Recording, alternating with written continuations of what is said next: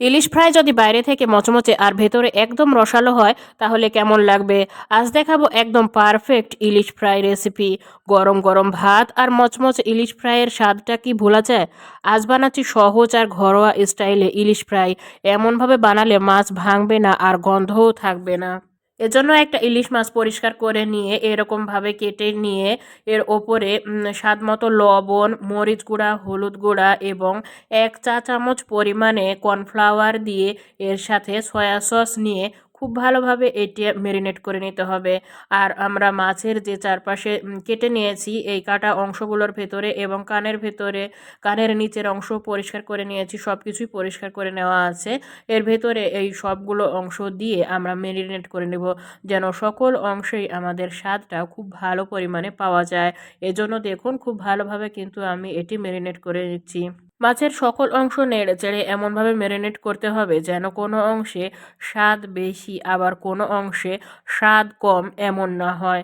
সকল অংশেই যেন সমানভাবে স্বাদ হয় এবং বাইরের অংশ যেন মচমচা হয় আর ভেতরের অংশ যেন খুবই সফট হয়।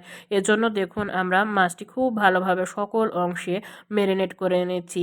যখন আমরা দেখব যে সকল অংশ সুন্দরভাবে মেরিনেট করা হয়ে গেছে, তখন আমরা দেখুন মাছটির কোনো অংশই কিন্তু বাকি নেই। এরকমভাবে যখন আপনি বুঝবেন যে মাছটি আপনার সম্পূর্ণরূপে মেরিনেট করা হয়ে গেছে, তখন এর সাথে আমরা মচমচে করার জন্য শুধুমাত্র চালের গুঁড়া নিয়েছি। চালের গুঁড়া বা চালের আটা যেটাই বলুন না কেন, এইটা নিয়ে যদি এর ওপরে এভাবে সব অংশে সমানভাবে সুন্দর করে চালের আটা দিয়ে এরকম করে মেরিনেট করে নেওয়া হয়ে যায় আবার, তবে দেখবেন যে এই মাছটি ভাজার পরে কতটা সুন্দর ক্রিস্পি হয়। একটু ভিন্নভাবে এরকম করে যদি আপনি ইলিশ ফ্রাই করেন অথবা যে কোনো ধরনের বড় মাছই যদি এরকম করে ফ্রাই করেন, দেখবেন যে মাছটি ফ্রাইয়ের সুস্বাদ কতটা বেড়ে গেছে। আর আপনি সুস্বাদু করতে এবং দেখতেও আকর্ষণীয়ভাবে ভাজার জন্য এরকমভাবেই কিন্তু আপনি ম্যারিনেট করে নেবেন। আর ঘরে থাকা শুধুমাত্র চালের গুঁড়া দিয়েই কিন্তু তা সম্ভব। এছাড়া আপনি অন্য কোনো উপকরণের সাথে না মেশালেও তাতে কোনোই সমস্যা নেই।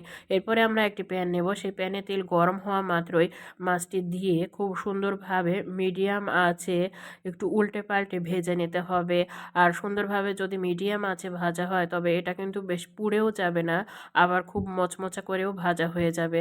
আর দেখুন মাছের কোনো অংশ কিন্তু ভেঙেও যাবে না, সুন্দরভাবে এটি ভাজা হচ্ছে। আর এরকমভাবে যদি আপনিও ইলিশ ফ্রাই করতে চান, তবে এই সম্পূর্ণ প্রসেসটি আপনি অবলম্বন করে যদি ইলিশ ফ্রাই করেন, দেখবেন যে আপনার ইলিশ ফ্রাই অথবা যে কোনো বড় মাছের ফ্রাই কিন্তু খুবই মজা হবে।